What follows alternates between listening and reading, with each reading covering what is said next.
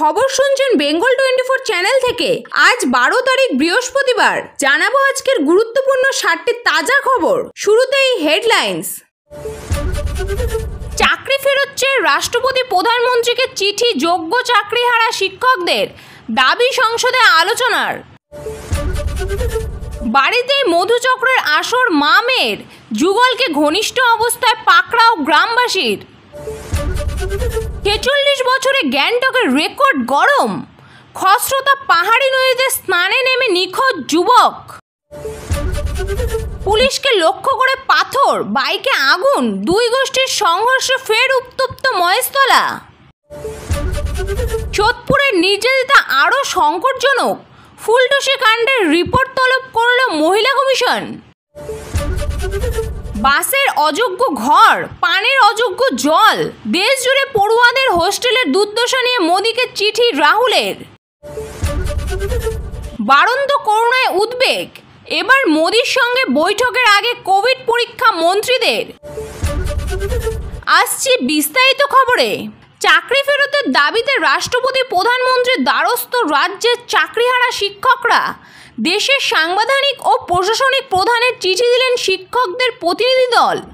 স্বরাষ্ট্র দপ্তরে চিঠি দিয়েছেন তারা, পাশাপাশি বাংলা থেকেও পাঠানো হচ্ছে চিঠি। রাষ্ট্রপতির আবেগঘন আবেদন, হয় সুবিচার দিন, নয়তো সপরিবারে স্বেচ্ছা মৃত্যুর অনুমতি দিন। পাশাপাশি প্রতিনিধি দল কংগ্রেস, বিজেপি, জনতা দল ইউনাইটেড সহ বেশ কয়েকটি রাজনৈতিক দলের নেতৃত্বের সঙ্গে দেখা করে বিষয়টি নিয়ে সংসদে আলোচনা করার দাবি তুলেছেন।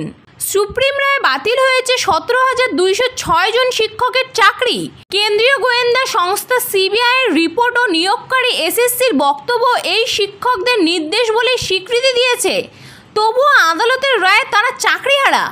প্রতিনিধি দল রাজনীতি গিয়ে চিঠি দেওয়ার পাশাপাশি বিভিন্ন রাজনৈতিক দলের সঙ্গে দেখা করে সংসদে আলোচনা করার দাবি তুলেছেন।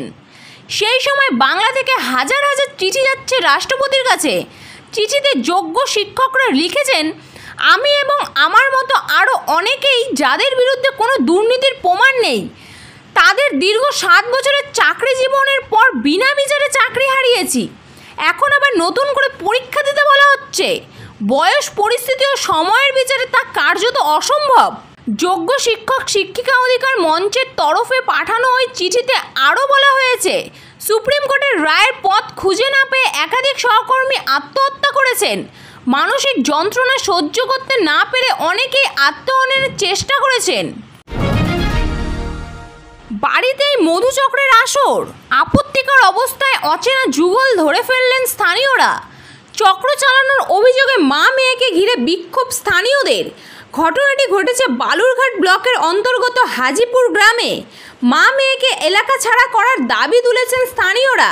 পুলিশ গিয়ে পরিস্থিতি নিয়ন্ত্রণে আনে। স্থানীয় সূত্রে খবর, মাস 6 আগে এলাকার জায়গায় সমেত একটি বাড়ি কিনেন এক মহিলা। সেখানে তিনি তার যুবতী মেয়েকে নিয়ে থাকেন। অভিযোগ, বাড়ি ক্রয়ের পর থেকে ওই বাড়িতে বাইরের অচেনা যুবক যুবতীদের আনাগোনা বাড়তে থাকে। প্রথম আমল না দিলেও ধীরে ধীরে সন্দেহ জাগে গ্রামবাসীদের মনে। মাস 3 আগে ওই বাড়িতে আপত্তিকর অবস্থায় 2 জন বাইরের পুরুষ ও মহিলাকে দেখতে পান গ্রামবাসীরা। তবে সেবার ক্ষমা প্রার্থনা করলে তাদের ছেড়ে দেওয়া হয়েছিল।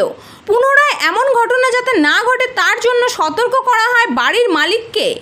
তবে দিন কয়েক ধরে ফের ওই বাড়িতে আনাগোনা শুরু হয় যুবক যুবতীদের, যা গ্রামবাসীদের নজরে ছিল।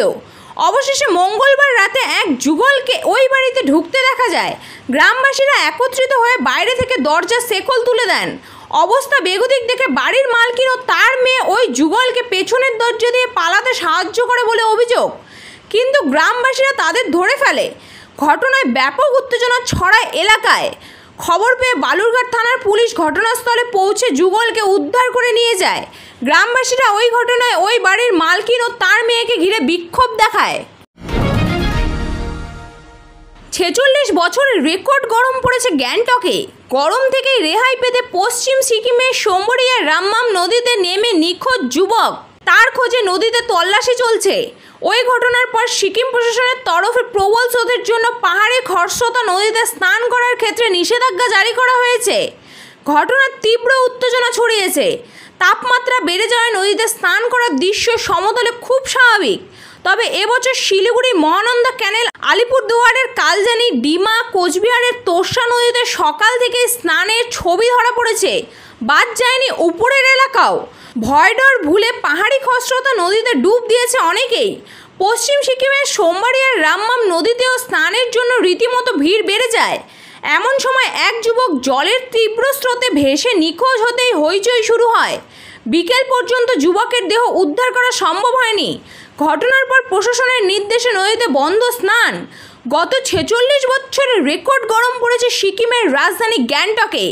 1979 সালের 24শে জুন এখানে তাপমাত্রার পারদ পৌঁছেছিল 28.4 ডিগ্রি সেলসিয়াসের ঘরে। এবার 10ই জুন সন্ধ্যায় প্রকাশিত আবহাওয়া দপ্তরের রিপোর্টে গ্যাংটকের তাপমাত্রা ছিল 27 ডিগ্রি সেলসিয়াস। বুধবার সকাল পর্যন্ত তাপমাত্রার একই দাপট অনুভব হয়েছে সিকিমে এবং উত্তর পাহাড় সমতলে। দুপুর থেকে বিক্ষিপ্তভাবে মাঝারি বৃষ্টির জেরে তাপমাত্রা সামান্য নামলেও বাতাসে জলীয় বাষ্পের পরিমাণ বেড়ে যাওয়ায় গরম কমেনি। এদিকে দার্জিলিংয়ের তাপমাত্রা 25 ডিগ্রি সেলসিয়াসে পৌঁছেছে। এদিন সকালেও শিলিগুড়ি শহরের তাপমাত্রা ছিল 36 ডিগ্রি সেলসিয়াস, জলপাইগুড়িতে 38 ডিগ্রি সেলসিয়াস, রায়গঞ্জে 39 ডিগ্রি সেলসিয়াস। দোকান বসানোকে কেন্দ্র করে দুই গোষ্ঠীর সংঘর্ষে ফের রণক্ষেত্র মহেশতলা এলাকায় বেশ কয়েকটি বাড়ি ভাঙচুর করা হয়। রবীন্দ্রনগর থানার সামনে একটি বাইক আগুন লাগিয়ে দেওয়া হয়। উন্মুক্ত জনতা পুলিশকে লক্ষ্য করে পাথর ছোড়া হয়, তাতে জখম বেশ কয়েকজন। পরিস্থিতি সামাল দিতে নামানো হয় র্যাফ। বুধবার সকালে আকরা সন্তোষপুর এলাকার ফলের দোকানে বসানো নিয়ে বিবাদের সূত্রপাত। প্রথমে বচসা, পরে তা হাতাহাতি রূপ নেয়। দুই গোষ্ঠীর মধ্যে অশান্তি শুরু হয়। এলাকায় শুরু হয় ব্যাপক ভাঙচুর। একাধিক বাড়ির ছাদের ওপর থেকে ঢিল ছোড়া হয়। খবর পেয়ে ঘটনাস্থলে পৌঁছায় বিশাল পুলিশ বাহিনী। ADG Dakshinbanga, DIG Presidency range সহ পুলিশের শীর্ষকর্তারা ঘটনাস্থলে পৌঁছন। উন্মুক্ত জনতা পুলিশকে লক্ষ্য করে ইট ছোড়ে। শুরু হয় পাথর বৃষ্টি। রবীন্দ্রনগর থানা লাগোয়া এলাকায় একটি বাইকেও আগুন লাগিয়ে দেওয়া হয়। পুলিশের গাড়ি ভাঙচুর করা হয়। পরিস্থিতি সামাল দিতে নামানো হয় র্যাফ। কাঁদানো গ্যাসও ছোড়া হয়। মৃদু লাঠিচার্জও করা হয়। তবে তা সত্ত্বেও এখনও পরিস্থিতি পুরোপুরি নিয়ন্ত্রণে আনা সম্ভব হয়নি। এই ঘটনায় এক মহিলা পুলিশ কর্মী জখম হয়েছেন। রক্তাক্ত অবস্থায় তাকে হাসপাতালে ভর্তি করা হয়েছে। এই ঘটনায় আতঙ্কিত স্থানীয় বাসিন্দারা। ফুলটুসি কাণ্ডের এবার রাজ্য পুলিশের ডিজির রিপোর্ট তলব করল জাতীয় মহিলা কমিশন। 3 দিনের মধ্যে অ্যাকশন টেকেন রিপোর্ট পেশের নির্দেশ দেওয়া হয়েছে বলে খবর। এদিকে ক্রমশ অবনতি হচ্ছে নির্যাতিতার শারীরিক অবস্থার। তাকে সার্জিক্যাল ওয়ার্ড থেকে আইসিইউতে স্থানান্তর করা হয়েছে বলে খবর। গত কয়েকদিন ধরে ফুলটুসি কাণ্ডে উত্তাল বাংলা। তরুণীকে কাজের টোপ দিয়ে আটকে রেখে অত্যাচারের সূত্রে ধরেই প্রকাশ্যে আসে গোটা ঘটনা। বরাত জোরে প্রাণ হাতে নিয়ে ফুলটুসি ওরফে শ্বেতা খান ও তার ছেলের ডেরা থেকে ঘরে ফিরেছিলেন সোদপুরের নির্যাতিতার। এরপরে তাকে ভর্তি করা হয় হাসপাতালে। সাগর দত্ত মেডিকেলের সার্জিক্যাল বিভাগে চিকিৎসা চলছিল তার। তবে অবস্থার অবনতি হওয়ায় তাকে স্থানান্তর করা হয় আইসিইউ বিভাগে। মেয়ে সুস্থ হয়ে ঘরে ফেরা অপেক্ষায় নির্যাতিতার পরিবারের সদস্যরা। এদিকে গোটা ঘটনার রিপোর্ট চেয়ে রাজ্য পুলিশের ডিজি রাজীব কুমারকে চিঠি পাঠিয়েছেন জাতীয় মহিলা কমিশন। আগামী 3 দিনের মধ্যে অ্যাকশন টেকেন রিপোর্ট জমা দিতে হবে বলে নির্দেশ। উল্লেখ্য, ঘটনার পর বেশ কয়েকদিন পেরিয়ে গেলেও এখনও বেপাত্তা শ্বেতা ও আরিয়ান। তবে প্রকাশ্যে এসেছে তাদের একাধিক কীর্তি। অভিযুক্তদের নাগাল পেতে শ্বেতার মাকে আটক করেছে পুলিশ।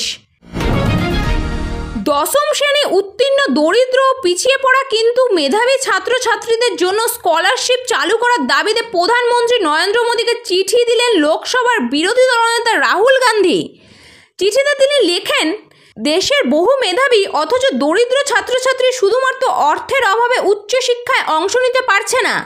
তাদের মধ্যে কেউ কেউ অর্থ জোগাড় করে কলেজ বা বিশ্ববিদ্যালয়ে ভর্তি হলেও অস্বাস্থ্যকর হোস্টেলে থাকতে বাধ্য হচ্ছে। এদের জন্য বিশেষ ব্যবস্থার দাবি জানিয়েছেন রাহুল গান্ধী। সম্প্রতি বিহারের দারভাঙ্গায় যান লোকসভার বিরোধী দলনেতা। সেখানে একটি সরকারি ছাত্রাবাস ঘুরে দেখেন। সেখানকার আবাসিকরা রাহুলকে ছাত্রাবাসটি ঘুরে দেখানোর পাশাপাশি বেশ কয়েকটি অভিযোগও করেন। তাদের মূল অভিযোগ, ছাত্রাবাসটি বসবাসের অযোগ্য। ছোট ছোট ঘরে জোর করে 6 থেকে 7 জনকে থাকতে হয়। পরিবেশও অত্যন্ত অস্বাস্থ্যকর। ছাত্রাবাসে খাওয়ার মানও খুব নিম্নমানের। তারা রাহুলকে বিষয়টি গুরুত্ব সহকারে দেখার আবেদন জানান। সোনিয়াত নয় বুধবার সমস্ত বিষয় উল্লেখ করে চিঠি দেন মোদীকে। তিনি চিঠিতে লেখেন, এই ধরনের ছাত্রাবাসে যারা থাকতে বাধ্য হচ্ছেন তাদের 90% তপশিলি জাতি, উপজাতি, ওবিসি ও আর্থিকভাবে পিছিয়ে পড়া অংশের প্রতিনিধি। প্রতিদিন এদের যে জল পান করতে হয় তা পানের অযোগ্য। এছাড়া বেশিরভাগ ছাত্রাবাসে কোনো গ্রন্থাগার বা ইন্টারনেটের সুবিধা নেই। প্রধানমন্ত্রীকে দেওয়া চিঠিতে রাহুলের অভিযোগ করেন, স্কলারশিপের জন্য আবেদন করতে সরকারের যে পোর্টালটি রয়েছে 3 বছর যাবৎ তা কাজ করছে না। ফলে এই সময় কোনো ছাত্রছাত্রী স্কলারশিপের জন্য আবেদনই করতে পারেনি। যথাযথ ব্যবস্থা নেওয়ার জন্য প্রধানমন্ত্রীর কাছে আবেদন জানান তিনি। প্রধানমন্ত্রীকে তার পরামর্শ, শিক্ষা ছাড়া কোনো দিন সামনের দিকে এগোতে পারবে না, তাই দ্রুত ব্যবস্থা নিন। ফের উদ্বেগ বাড়ছে করোনা। বুধবার দেশ জুড়ে আক্রান্তের সংখ্যা 7,000 ডিঙিয়েছে। এই অবস্থায় বিশেষ সতর্কতা দিল্লিতে মন্ত্রীদের বৈঠকেও। সূত্রের খবর, প্রধানমন্ত্রী নরেন্দ্র মোদীর সঙ্গে বৈঠকের আগে মন্ত্রীদের কোভিড পরীক্ষা বাধ্যতামূলক করা হয়েছে। এই বিষয়ে নির্দেশিকা জারি করেছে সচিবালয়। বুধবার সন্ধ্যায় দিল্লির 70 জন শীর্ষ বিজেপি নেতার সঙ্গে বৈঠকের কথা রয়েছে মোদীর। ওই বৈঠকে উপস্থিত থাকবেন রাজধানীর সমস্ত সাংসদ এবং বিধায়করাও। উপস্থিত থাকবেন দিল্লির মুখ্যমন্ত্রী রেখা গুপ্তাও। দিল্লির বিধানসভায় গেরুয়া শিবিরের জয় উদযাপনে এদিন সন্ধ্যে 7:30 নাগাদ দলের শীর্ষ নেতা মন্ত্রীদের বৈঠক এবং নৈশভোজ আমন্ত্রণ জানিয়েছেন মোদী। ওই বৈঠকে যোগ দেওয়ার আগে আমন্ত্রিত সকলের RT-PCR পরীক্ষা হবে। যার কোভিড পজিটিভ ধরা পড়বে তিনি বাদ পড়বে হাই প্রোফাইল বৈঠক থেকে। আসলে 74 বছর প্রধানমন্ত্রীর স্বাস্থ্যের বিষয় নিয়ে কোনো রকম ঝুঁকি নিতে চাইছে না কেন্দ্র।